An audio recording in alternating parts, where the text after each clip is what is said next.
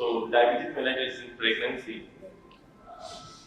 So diabetes in pregnancy can be subclassified into either gestational diabetes, that is diabetes developing during the progression of the pregnancy, and pre-gestational diabetes, that is pre-existing diabetes, maybe type 2, maybe type 1, maybe other type of diabetes, complicating the pregnancy. There is a pre-existing or pre-gestational diabetes. So the story is all about the fetal, how the fetal is growing and its effects of the ambient high glucose during the organogenesis and developing fetus. So from this graph, we can appreciate that with rising HbA1c, risks of fetal anomaly increases, and it usually starts after a HbA1c of 6.5% or more and becomes substantial when the HbA1c reaches 9 or 10%.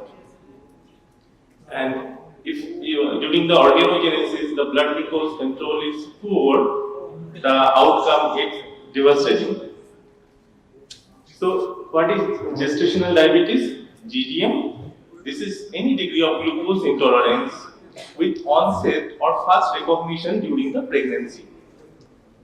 Now, before 15 weeks of gestation, particularly during the first antenatal visit, it is recommended to test a woman with risk factors. Now, mind it, we as an Indian, we are all at high risk of developing diabetes. So, all Asian females should be screened for diabetes or gestational diabetes in the first antenatal visit.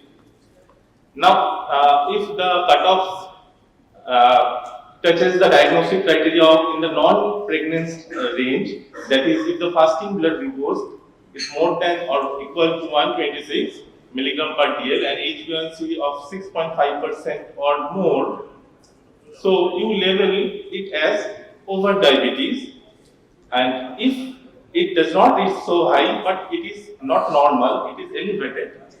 There is fasting blood glucose between 110 to 125 milligram per dl and A1C between 5.9 to 6.4%. This is not normal for pregnant patients, and you label it as early abnormal glucose metabolism. And this, you are labeling this in the first antenatal visit before 15 weeks of gestation, because there are some data which suggests that this modest elevation of blood glucose even during the early pregnancy are associated with adverse perinatal outcome. They are associated with progression to GDM in future and also requirement of insulin in future during the progression of the pregnancy. So, if the patient is negative for such screening in the first antenatal visit or before 15 weeks of gestation, then you have to screen them for GDM between 24 to 28 weeks of gestation. Now, this is TopoGM study. Here, they have evaluated total 802 pregnant ladies who went randomization for early screening at a median gestational age of 15 weeks with a 75 gram OGTT. So mind it, here OGTT has been done, oral glucose tolerance test has been done at 15 weeks of gestation, mean gestational age of 15 weeks. Individuals who was diagnosed to have gestational diabetes mellitus at this stage of early gestation by WHO 2013 criteria were randomized to receive early treatment, or another group who did not receive the early treatment but were followed up till 24 to 28 weeks to have a repeat OGTT and with deferred treatment in this subgroup if required. Early GDM treatment resulted in a significant but modest improvement in the composite adverse neonatal outcome, 25% versus 30%, with a relative risk ratio of 0.82. And it was also observed that more benefit was seen among those patients where OGTT was done before 14 weeks of gestation among individuals with glycemic bands in the higher tertile range. So, but however, with having said that, the evidence is really scarce as far as diagnosing GDM in the early gestation. So, to date, most RCTs of treatment of early abnormal glucose metabolism have been underpowered for outcomes and benefits of treatment of early abnormal glucose metabolism remain uncertain. The prevalence of GDM in India is around 16%, which is actually higher than the Western counterpart.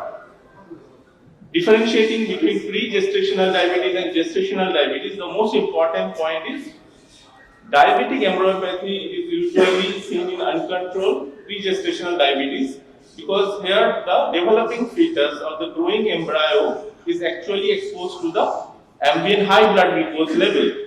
While in GDM, as it develops later in the pregnancy, usually fetal anomaly is not seen.